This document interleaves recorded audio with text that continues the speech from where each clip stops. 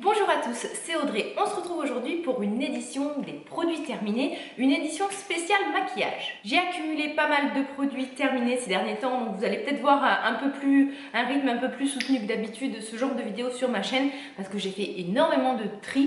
Je me lance dans des projets 10 pan, je sais pas si vous connaissez ça, en fait c'est le but, vous réunissez par exemple, si c'est 10 pan, donc 10 produits, que vous voulez terminer. Alors tout ça dans plusieurs buts, je deviens entre guillemets un peu plus minimaliste.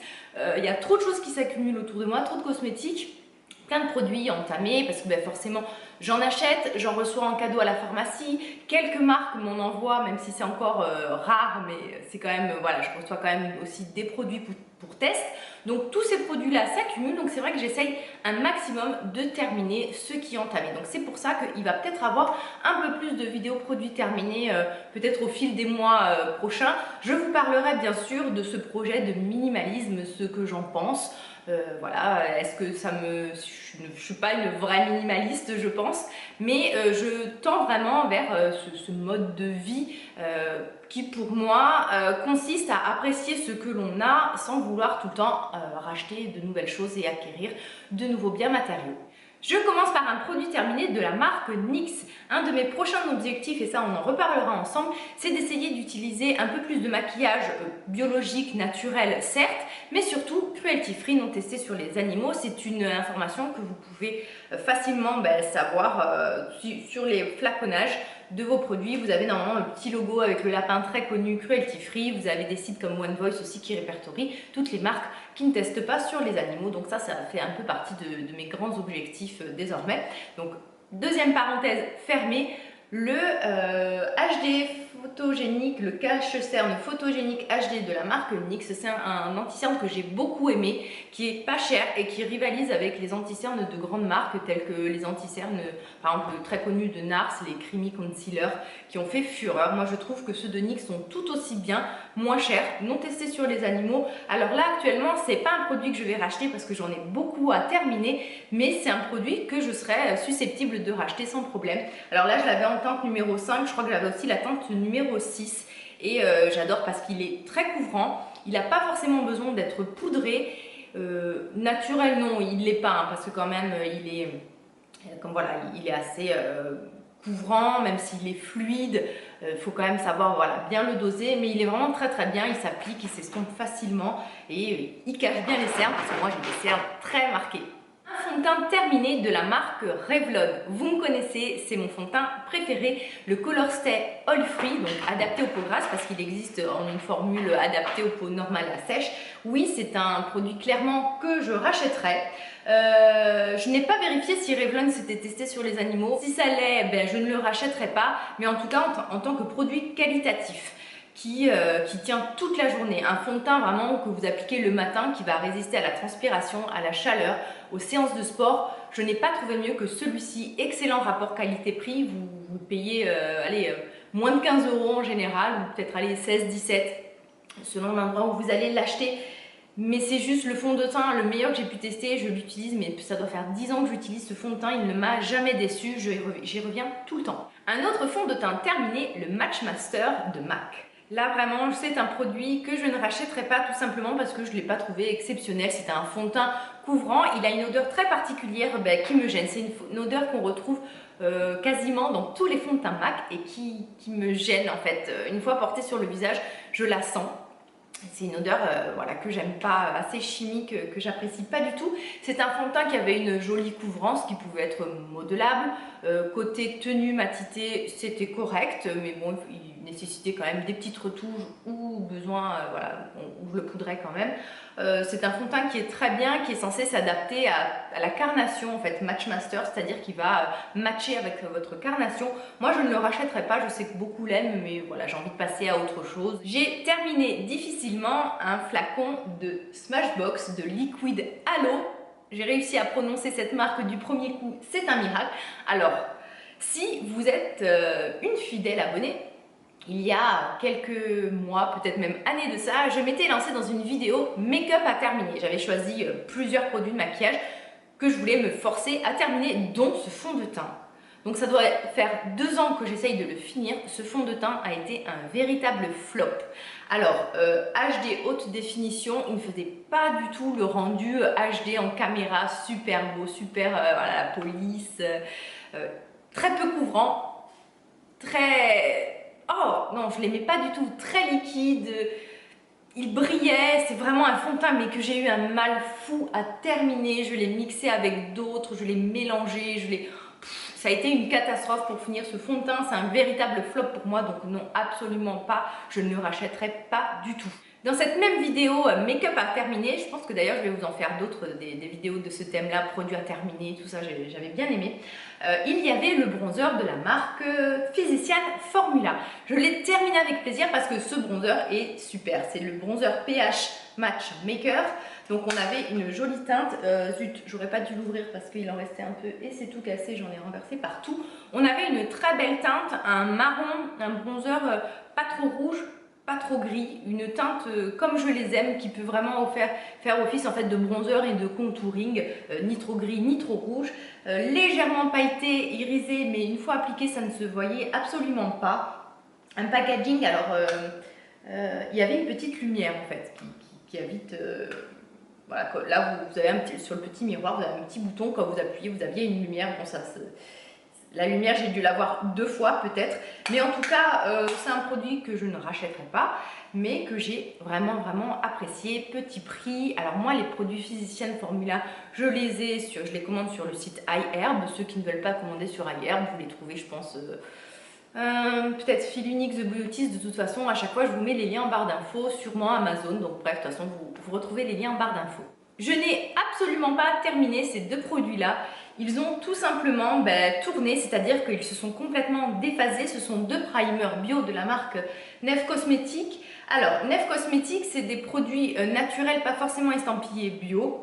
Donc je pense qu'ils appellent ça bio primer, mais c'est absolument pas bio. Il y a juste pas de silicone, pas de parabènes, pas de dérivés de pétrole, mais je pense pas que ça soit labellisé. Donc bref, quand même une composition qui était assez qualitative, mais je ne sais pas vous, mais alors sur moi les primers c'est catastrophique. J'ai pas du tout l'effet beaucoup de peau plus lisse, de maquillage qui tient mieux. Au contraire, c'est presque l'inverse en fait sur moi. J'ai l'impression que ça me marque toutes les ridules de déshydratation, toutes les imperfections. J'ai l'impression parfois que le maquillage glisse sur ce genre de base. Alors je sais pas si c'est par rapport au pH de ma peau, à mon sébum qui est particulier, mais bref, sur moi les bases, c'est pas très convaincant. Donc ces 2 bases là, si vous cherchez des alternatives un peu naturelles aux bases siliconées, aux bases de grandes marques, vous avez vraiment cette marque là qui propose du coup du maquillage assez naturel. Je crois que c'est italien, Nef Cosmetics, si je ne vous dis pas de bêtises. Vous retrouvez voilà des produits de maquillage pas forcément bio, mais relativement naturels, non testés sur les animaux, sans silicone, tout ça. Voilà, donc là vous en aviez une qui était mate, celle-ci, donc le packaging est beaucoup plus mat. La texture était assez épaisse, et là vous aviez celle-ci qui était bio brightening exprès pour les... Voilà, la base, ben non c'est écrit, c'est pas écrit en français, donc c'était la base adaptée aux peaux sèches qui avait un fini un peu plus brillant et une texture un peu plus grasse. Des 2 bases, c'est clairement la matifiante que j'ai préférée niveau texture, elle est beaucoup plus adaptée à mon type de peau, donc c'est pas des produits que je rachèterai parce que je ne suis pas amie avec les primers. Terminé de chez MAC, un crayon pour les sourcils, alors en teinte Spike. Alors c'est un crayon, vous savez, avec une mine comme ça que l'on tourne. C'est super pratique, la mine était très fine, la couleur vraiment adaptée à ma teinte de sourcils, mais par contre c'est un crayon que j'ai racheté peut-être 2-3 fois d'affilée, mais qui hélas se termine à une allure folle. Et puis bien sûr, comme grâce à la magie de la concurrence, d'autres marques ont sorti ce genre de crayon à sourcils avec un embout très fin. Donc vous avez bien sûr Anastasia Beverly Hills, mais c'est relativement cher, mais vous avez NYX qui a sorti exactement le même type de crayon pour 2 fois moins cher. Donc non, je ne rachèterai pas celui de MAC. J'ai actuellement dans mes tiroirs celui de NYX qui est quasiment pareil, qui est même plus pratique parce que sur l'embout opposé, vous avez une petite brosse pour dessiner pour recoiffer les sourcils. Donc voilà, c'est un produit que j'ai vraiment utilisé pendant de nombreux mois, mais que je ne rachèterai pas. Un autre produit pour les sourcils que j'ai adoré utiliser, mais qui s'est fini à une allure folle, c'est le gel Fix fixe pour les sourcils d'Anastasia Beverly Hills, un super beau packaging, une petite brosse bien pratique. C'est un gel complètement transparent qui ne se voit pas. Souvent certains gels fixateurs pour les sourcils sont trop épais et forment une sorte de pellicule, un peu comme quand les mecs ils mettent un peu trop de gel, vous savez, ça peluche. Il m'est arrivé avec certains autres gels d'avoir ce genre d'effet sur les sourcils, très désagréable, très moche. Là, pas du tout, voilà, ce problème, je n'ai pas rencontré ce problème avec ce gel-là. Je ne le rachèterai pas tout simplement parce que niveau rapport qualité-prix, on n'y est pas du tout. Ça se finit extrêmement vite, voilà, c'est pas donné. Il est super efficace, mais je suis sûre que je vais trouver mieux. Je pense que j'ai déjà trouvé mieux avec un produit, en fait, de Clarins qui s'appelle, je ne me rappelle jamais comment il s'appelle, le Fixe Plus. En fait, c'est un gel imperméabilisant que vous pouvez aussi bien mettre sur du mascara comme sur vos sourcils, qui a un effet en fait fixateur pour vous aider du coup soit à imperméabiliser, rendre waterproof un mascara, soit en fait à fixer votre sourcil. Et on a 2 fois plus dans le petit flacon pour sûrement le même prix, mais en tout cas celui d'Anastasia Beverly Hills, même si je l'ai adoré, je ne le rachèterai pas. Un mascara de Physician Formula, je ne me rappelle absolument pas comment il s'appelle. Alors c'est un mascara avec une grosse brosse en picot, très grosse brosse en picot, un gros embout. C'était pas forcément pratique à l'application. Le résultat était du naturel, mais genre vous en mettez 3 couches, ça ne se voit pas. Donc moi j'aime quand même qu'un mascara ça se voit, qu'on n'ait pas besoin de mettre 3 couches d'affilée, qu'une voire 2 suffisent amplement. Là vous aviez beau réappliquer des couches de mascara, c'était, je sais pas, la formule, ne prenez pas sur les cils, la brosse, bref, un total flop, donc non, je ne le rachèterai pas. Si vous aimez les packaging un peu, enfin girly, moi je sais pas, je trouve même pas ça girly quoi, je trouve ça de mauvais goût avec l'espèce de dentelle rouge et noire. Peut-être que ça vous plaira. Si vous aimez les mascaras qui donnent un résultat vraiment totalement invisible, pourquoi pas. Moi en tout cas, véritable flop, non, je ne le rachèterai pas. Ce tout petit tube, c'est un tube de mascara, mais alors minuscule. Dedans, vous aviez une toute petite quantité, je ne sais même pas si c'est noté combien il y avait là-dedans. Bref, il n'y en avait pas beaucoup, c'était un mascara, c'est un mascara parce qu'il existe toujours, de la marque Boho Green Cosmetics. Alors, j'ai adoré ce petit mascara, tout simplement. Bon, déjà, la formule naturelle, bio, ça voilà, je vous passe ce genre de détails. Ce que j'ai aimé, c'est que la brosse était toute petite et le flacon aussi, donc c'était super à emporter pour des retouches dans votre sac. Après, le seul bémol, c'est que comme toute formule naturelle, ça avait tendance à moins accrocher sur les cils et à couler. Hein. C'est pas un mascara à longue tenue, loin de là.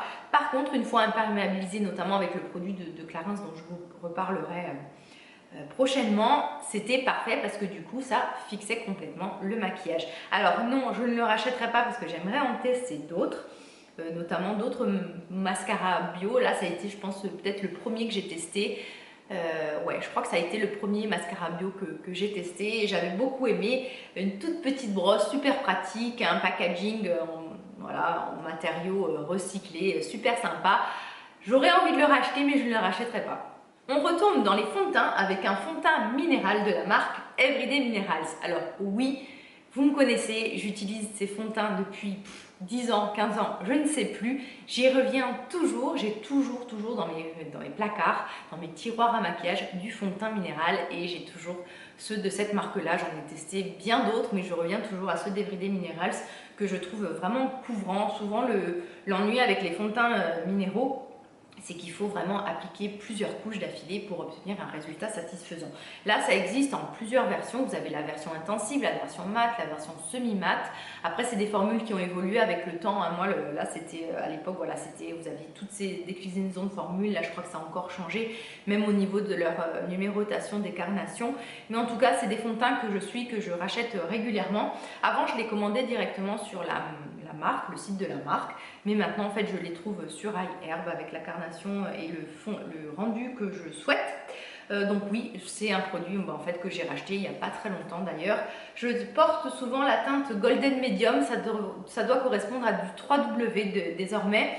Mais oui, c'est très qualitatif et je sais qu'il y a une période où, quand j'avais encore beaucoup d'acné, ce genre de fond de teint avait fait beaucoup de bien à ma peau. C'est vrai que ma peau, ça a un côté un peu aseptisant. Souvent vous avez de l'oxyde de zinc dans les fonds de teint minéraux qui font qu'il y a un effet un peu purifiant pour tout ce qui est imperfection. Donc oui, c'est un produit et c'est un fond de teint que je rachète depuis des années.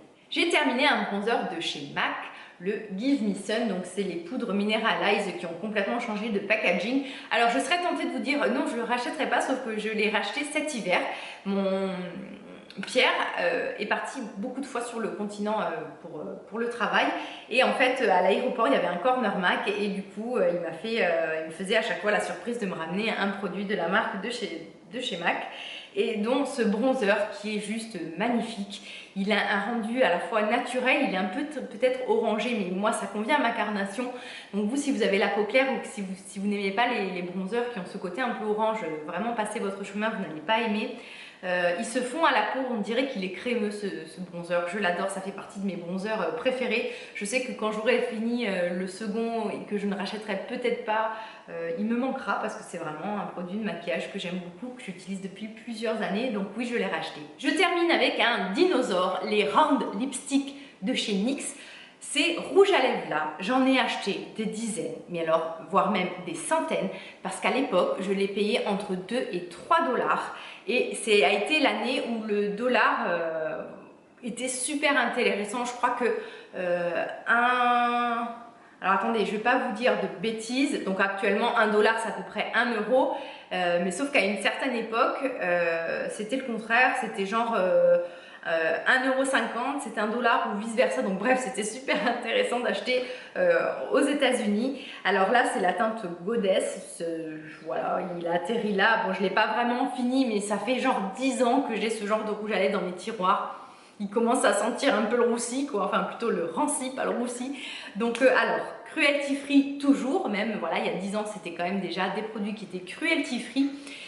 Ils existent toujours, ils ont des bonnes formulations, c'est vrai qu'on en parle plus, c'est plus tendance, hein, franchement. Je crois qu'ils ont peut-être même été reformulés ou dans un nouveau packaging, mais je suis sûre, certaine qu'ils existent toujours pour un prix dérisoire. Donc non, je n'en rachèterai pas parce que j'en ai des dizaines à terminer, mais pour moi ça a été vraiment...